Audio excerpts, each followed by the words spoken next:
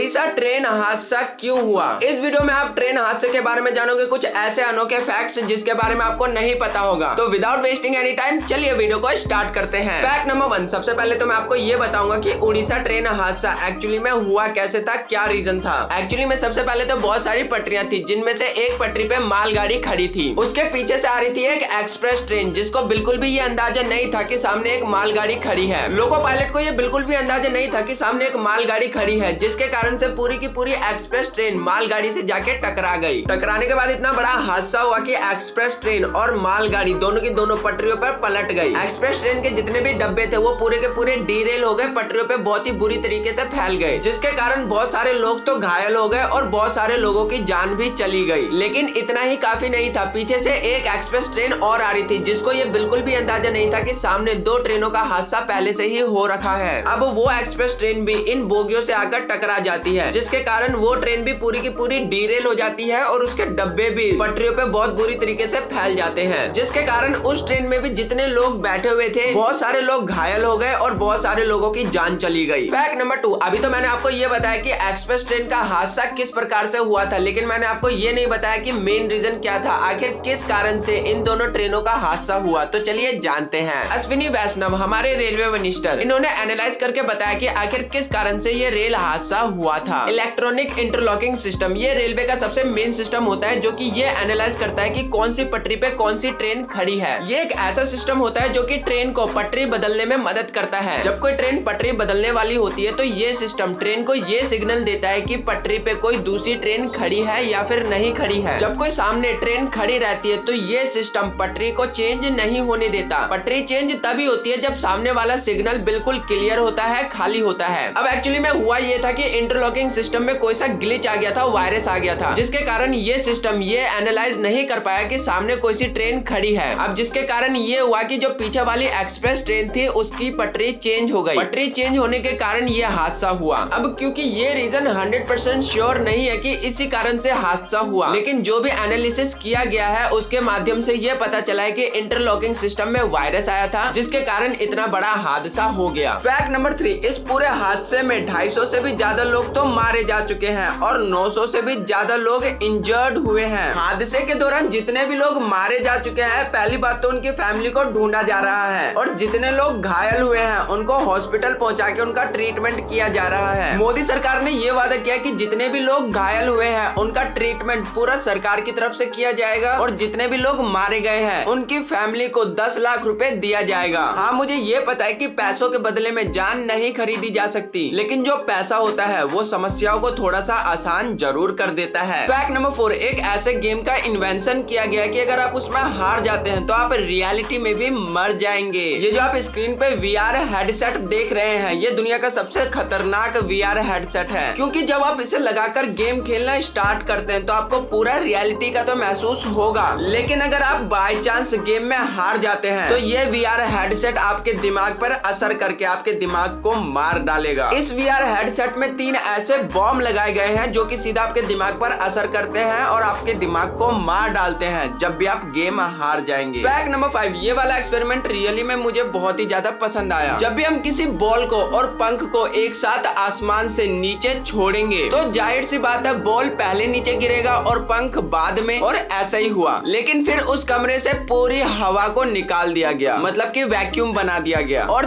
तब उस बॉल को और पंख को जब छोड़ा गया तो दोनों एक साथ नीचे गिरे, मतलब कि बॉल और पंख दोनों एक साथ जमीन को छूते हैं। एक्चुअली में जब कहीं पर हवा नहीं होती है और उसमें वैक्यूम क्रिएट हो जाता है तो दोनों वस्तुओं की स्पीड सेम हो जाती है नीचे गिरते हुए, और यही रीजन था कि बॉल और पंख दोनों एक साथ जमीन पर गिरे, क्योंकि दोनों पर जो ग्रेविटी थी वो सेम तरीके से काम कर रही थी।